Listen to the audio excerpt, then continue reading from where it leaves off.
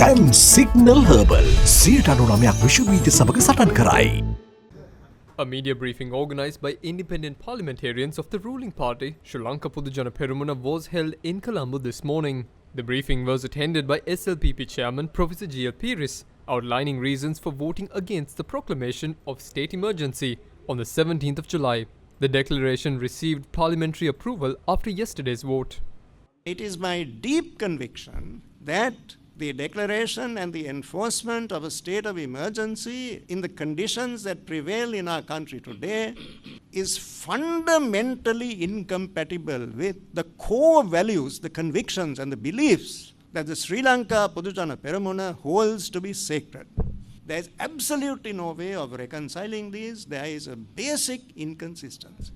And this is one of the main reasons why I had no option but to oppose the state of emergency. Once a state of emergency is declared, the government acquires the power to make regulations under it. Those regulations have very far-reaching legal force. Those regulations can sweep out of the way, they can abrogate any laws that are inconsistent with the emergency regulations. All of us, you and I, the public of Sri Lanka, derive the rights that we enjoy in the fullest measure from written law in this country. But all those laws are swept away by emergency regulations. The only exception is the Constitution. Now, of course, a state of emergency may be required from time to time, but careful thought has to be given, and it is only in very rare situations, few and far between, that there is justification for the declaration of a state of emergency. When it comes to protection of the lives and property of people, the security of their families, the normal law makes ample provision for this to be done. There's no need for an emergency. But ulterior motives can be satisfied by the declaration of a state of emergency. We are not in favor of that at all. At this time, more than at any other time, our country needs the support, the goodwill, the understanding of the international community. But what has happened?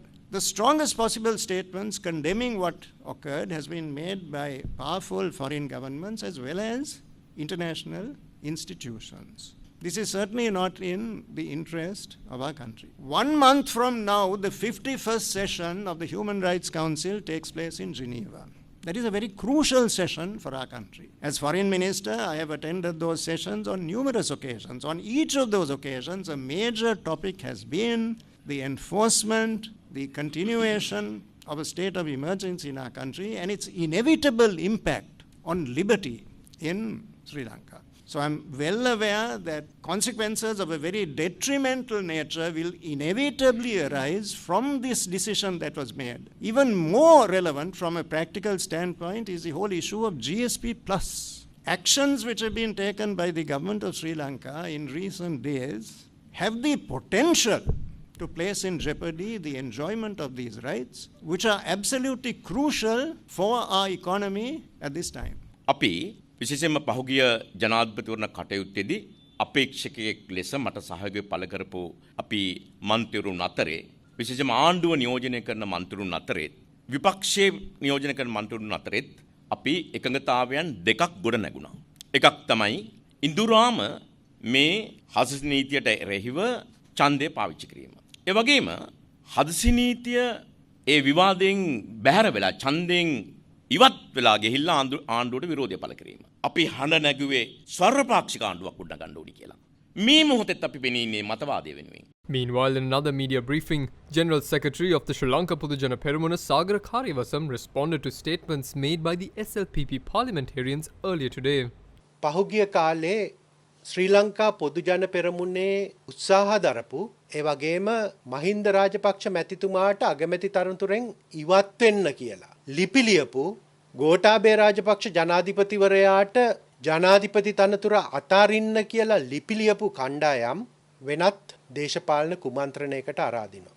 Peiris මහත්මයා සඳහන් කරලා තියෙනවා දැන් අද හදිසි නීතිය ක්‍රියාත්මක කිරීම මේ පොදුජන පෙරමුණේ ප්‍රතිපත්ති වලට විරුද්ධයි කියන. මේ වගේ ප්‍රකාශයක් කිරීම ගැන මම මේ පක්ෂ ලේකම්වර හැටියට කනගාටුයි. ශ්‍රී ලංකා පොදුජන පෙරමුණ දෙකඩ වෙලා.